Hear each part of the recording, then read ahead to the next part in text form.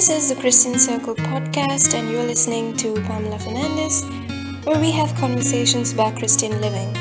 Here's the show.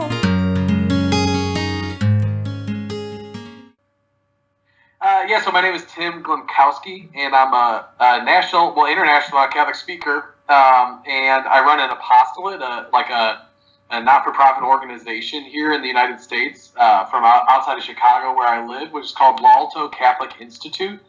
And so the purpose of our organization is to really just help parishes and to kind of become more missional, to focus more of their efforts on, we're a very culturally Catholic area, even country in many ways. And so sometimes it can be easy to get away from our core mission, which is given to us by Jesus, to form disciples. And so that's kind of the purpose of our organization, is when parishes start to get that itch to kind of be more missional, we help walk them through a process. Okay. So I read your post on your website. It was about the mistakes people make when they discern their vocation. Why is it important that we have to discern our vocation in Christian life in the first place? Yeah, so I wrote that post a couple of years ago as I was just reflecting back on my own experience of vocational discernment, which, so to I guess kind of start with the question you're asking, I was reflecting on mistakes people make when they do so sometimes, but that core lesson, which is important and crucial to kind of start with, is just that idea that in the first place, we're actually called to discern this reality. So vocation in the Catholic sense is generally used, capital V vocation, to describe the overarching call on our life that God is placing there to help us, really fulfill His plan for our lives. And it usually refers to the fundamental decision, based on our state in life. So not necessarily so much getting a small V vocation. What job am I going to do? How am I going to support my family? But the big V vocation, which is mainly that fundamental call to the priesthood or to religious life. So for women, that would be as a religious sister or as a nun, and for men, that could be as a religious brother or as an ordained priest, either in a religious order or as a diocesan priest. And so that really is, it's so important, just because that reality, I think what the concept, the idea, the fact that we have vocations in the first place reminds us is, like, God is involved with our lives. Yeah. Do you know what I mean? Like, He has a plan. He's directing our steps. So I think that's really at the heart of why it's important in general to discern a vocation, because it kind of gets us out of this postmodern mindset, which is so often categorized by just that idea that I'm going to determine what's going to be, the course of my life and my plans and, me. Yeah. And it kind of hands over even the gift of our life, the fact that we were created in the first place is itself a gift. And it kind of hands that back over to God and just says, God, what did you make me for? Like, why did you create me? What do you want me to do with this, like, one solitary life that you've given me? So I think it's really crucial. So you've mentioned mistakes people make, and of course this is from your own experience. So can you tell us what these mistakes are? Because there are lots of people who are thinking about their vocation right now, and they are spending so much time just thinking and thinking and thinking and not doing anything about it. So what are these mistakes that you feel, at least you think the people are making commonly? Yeah, so I think that's a huge one. Kind of what you're describing there is the what I started to notice is, so I had spent my own personal story. I spent a year in seminary discerning my own vocation to be a priest, potentially. I felt, just that within me, kind of that desire for the priesthood, and I'd had kind of a big conversion when I was 18, and so really wanted to give my whole life to God and to follow Him with everything. And then I discerned, with the help of my spiritual director, that I wasn't being called to be a priest, and so went on and got married, and now I work in ministry. And so I would have a lot of people contact me, having seen kind of my journey, that I'd kind of like just, done this whole discernment process, and they would ask me questions, kind of about, what their situation, and I started to notice that there were some of these common themes that both I had made, and it's usually in just how we think about vocation in general. Yeah, I think one of the crucial ones. I write 7 in the blog or in the article, but I think the problem with these mistakes is that they can lead to us being paralyzed, to just kind of be sitting around like waiting for God to reveal our path to us before we even start taking steps forward. And I think the reality is that God can direct our steps best when we're already walking. You know what I mean? Like it's much easier to take someone who's already moving and momentum is happening in their lives, and then he can kind of just direct that energy, that momentum. It's a lot harder if we're standing still just looking for a sign. It's a lot harder for God to direct our steps because we're not really picking up any new information. So one of the things, I think one of the crucial ones for me in my particular journey, I think for others it might be different. Like there might be it's really at the heart of it getting rid of the lies. Like what are the different lies that are in our hearts about the ways we think about God or the ways we think about vocation that can keep us paralyzed. And so one for me was kind of this idea like that only a religious vocation was going to really be a potential path to holiness. I had this desire to be a saint. I wanted to do great things with my life. Like I'm being told by the church, this is the calling placed on my life, on the lives of all of us by our baptism to be saints. I kind of interpreted that as just like it looked a particular way, that like it meant necessarily that I was called to be a priest, and it's just not the case, right? Like no matter what our state in life, we're all fundamentally called to that universal call to holiness, to be saints. It might look a little different based on our state in life.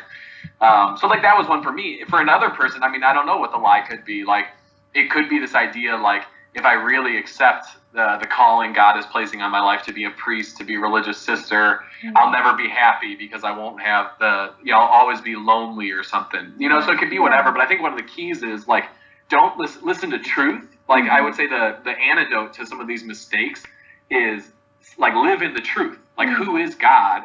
And don't let, like, sometimes we let our feelings dictate our steps instead of facts. You know what I mean? And there are facts revealed to us in the Bible about who God is and the care he wants to have for our life, and the fact that, like, I think some people think sometimes, oh, I've ruined my life by, not choosing the right path, or by, if I make the wrong decision, it's going to just ruin the rest of my life and I'm not going to be happy.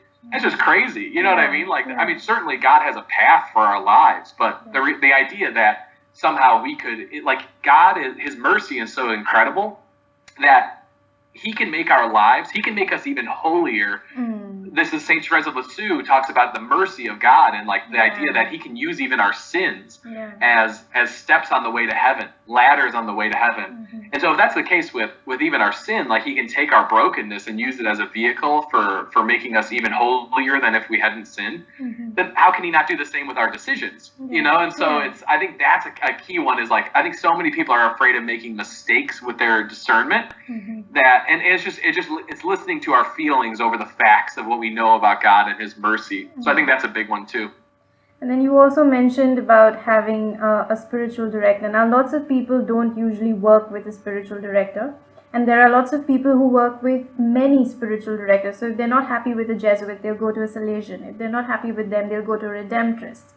So what do you think about having or not having, or having too many spiritual directors? Yeah, I mean, I think a key one is first of all, I think if you're making a big life decision like that, now I know, like when I wrote this article, I got emails from a few people saying, hey, I don't have a spiritual director in my area. Like, what am I supposed to do? The priests are too busy to meet with me. It is an issue. Like, I don't necessarily know what to do in those circumstances, but I know for me, I really benefited from having an objective voice kind of outside of my own head. Like, I just think people need to exteriorize their thinking to like help validate it against a voice who can speak clearly and objectively into their situation. But yeah, the other thing I started to notice with people too is when people would get caught kind of paralyzed in this place where they're not sure what God wants for their life, they would just kind of go running off after anybody who could, kind of spilling their entire situation before 30 different people, and either they're looking for constant validation of a decision they've already made, or they're kind of just looking for that person to tell them what they want to hear. And so I think there's a goodness to just kind of like constraining yourself to working with a spiritual director, but just one of them. How did you go about finding your spiritual director for those who are looking for? Thankfully, I was lucky. I really consider myself blessed to the pastor of my church, of my parish growing up, was a very holy, involved, man, Monsignor Dan Deutsch, and he was really willing to work with me and to help me discern. So I was grateful for that. Mm-hmm. And then one of the beauties about seminary is that there are they have priests who are kind of willing to work with you, mm-hmm. and they have spiritual directors for you. Every seminarian gets assigned a spiritual director, at least in the diocese, the seminary I was in. Mm-hmm. And so it never was a big question for me. As a layman now, I've struggled at times to find a spiritual director, but thankfully one always kind of wound up in my path, mm-hmm. personally, so I don't know what other people do if they just try to look for the religious order in the area or mm-hmm. some of their diocesan priests. I've always found sometimes we think in our heads as lay people like, oh, they don't want to hear about my problems, or they don't want to deal with me, and it's like I have found that most priests are very willing to walk one-on-one with people. Like that's why they became priests, is because they want to help.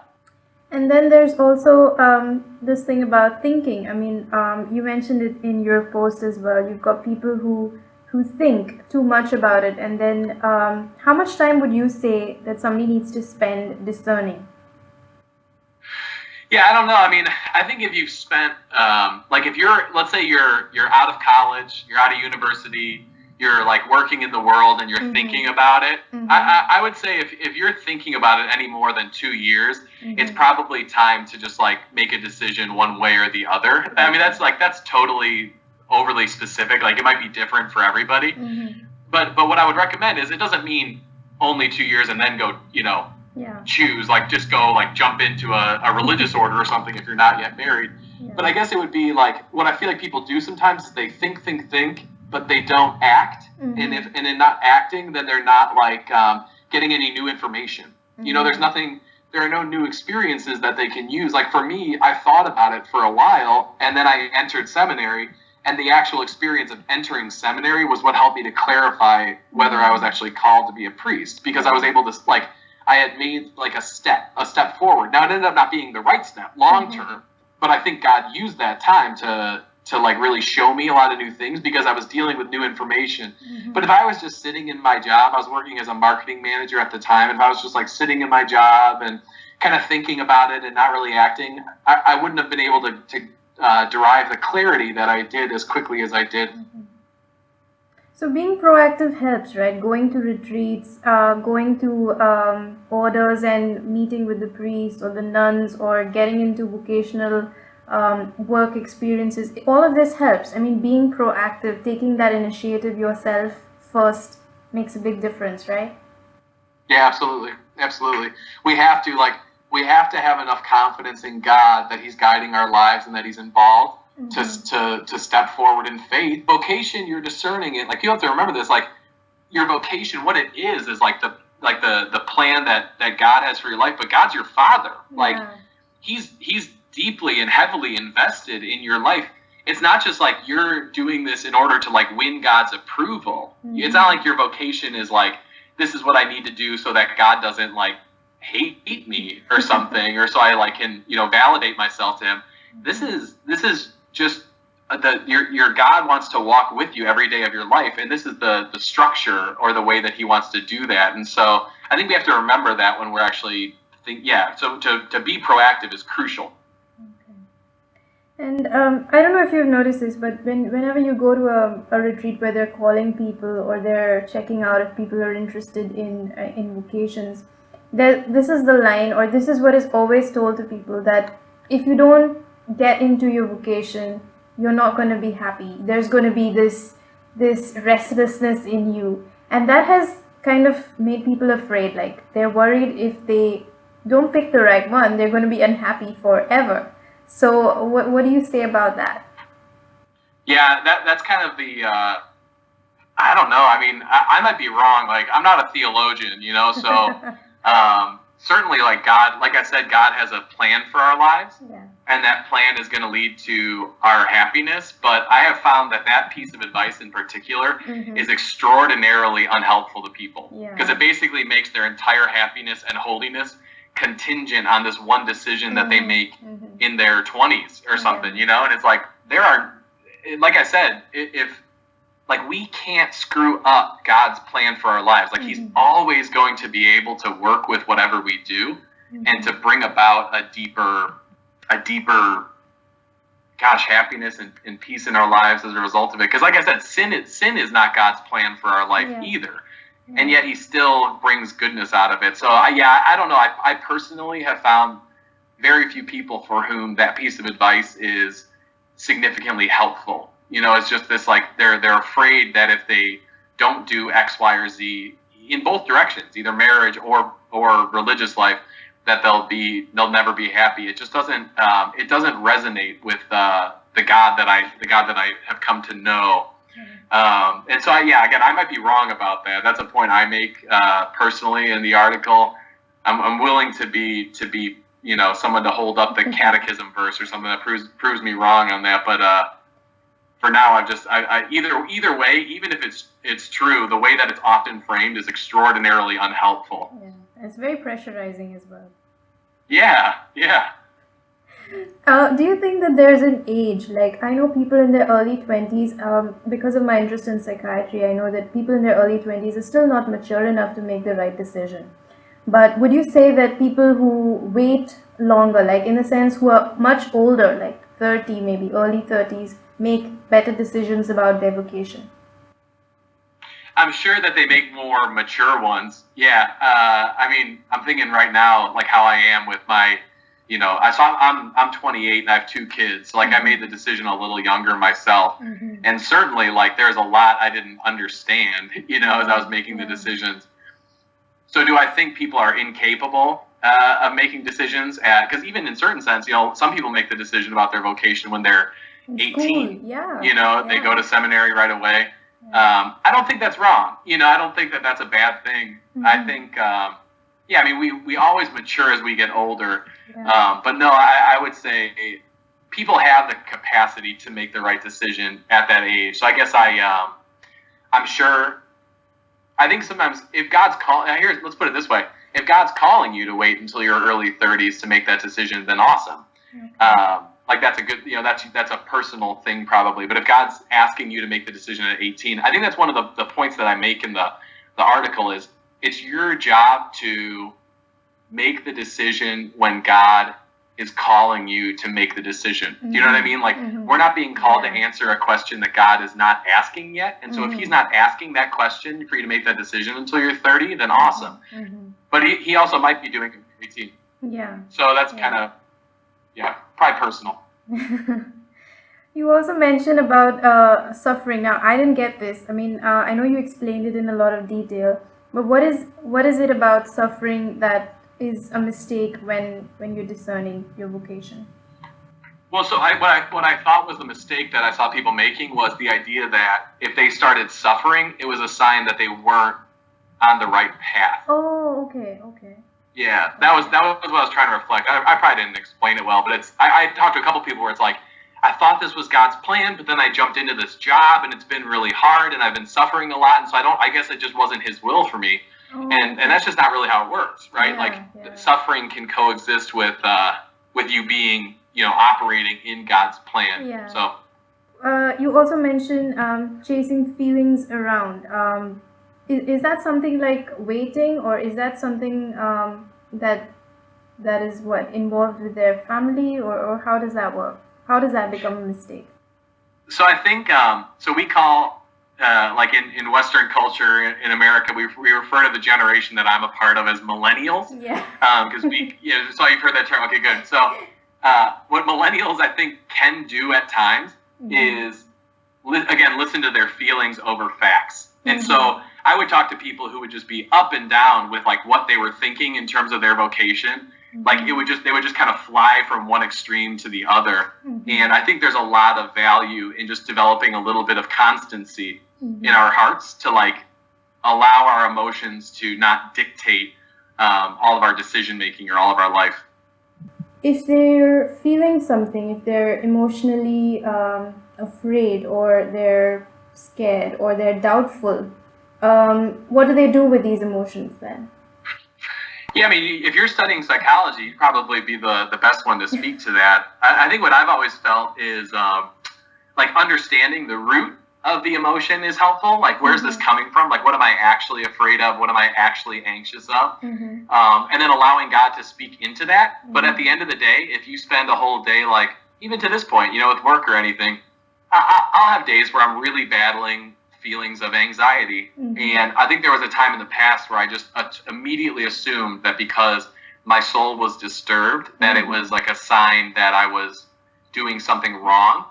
And now I just realized that sometimes in life we're called to do big things that make us feel scared at times, or make us feel trepidation. And so there's a willingness to, I think a lot of times a lot of our anxieties are coming from, you know, sometimes there's things we're holding on to or attachments we have that we need to let go of. And so we can like grow from the experience of feeling it. But I don't think that God is necessarily always calling us to just kind of like dwell placidly in the waters. I think when you look at the experience of the saints or people in the Bible, they're often pushed forward into, you know, Jesus himself in the agony in the garden is experiencing agony. You know, he's groaning with the anxiety of what's about to happen to him, and but God is still calling him to push forward.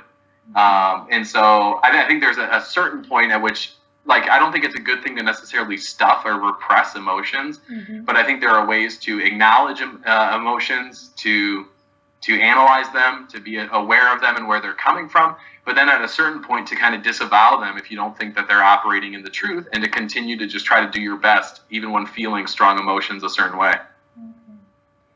What about commitment? I know a lot of our generation has this problem with commitment, either way, whether it's commitment towards marriage, whether it's commitment to a job, whether it's commitment to a vocation. So what is the mistake that people are making here with not committing all the way to something? Yeah, I think there comes a certain point, and I don't know if it's probably a little bit different for everybody when exactly that could be, but there comes a certain point when we know what the right decision is, and we're called to just put our hand to the plow and to not look back. And I think that's a key part to the vocational discernment, is that, like, some people stay in that forever place of, like, even they're dating somebody, maybe, they're taking intentional steps, like making decisions that are leading in a certain direction, but they're just doing it in kind of a very wishy-washy way, where it's like, oh, but I don't know, and maybe I'm dead, and just kind of like at some point it's like, do what you're gonna do, like hard charge forward, and then let God continue to surrender it to God and let God do with it what He wants, but yeah, be willing to commit at some point is crucial, to not forever remain in that kind of vague area of indecision. I know that you already mentioned your own discernment journey, but can you tell us how much of time that you dedicated or you feel prayer is necessary to discernment in your own journey of, discerning your vocation? So there's kind of two answers for me, because I really began having a prayer life when I was about 18 years old. That's when I really started growing in my relationship with God. And I didn't get married until I was 25. So in a certain sense, there was a 7-year period there that my vocational question was a question mark. Like, it wasn't clear to me, or a 6-year period or whatever. And so in a certain sense, I was, like, quote unquote discerning for like 6 years, but I wasn't really actively discerning that whole time. Like, I even made intentional decisions basically from 19 to 21 to just say, like, I'm just going to table this question and keep trying to grow in my relationship with God.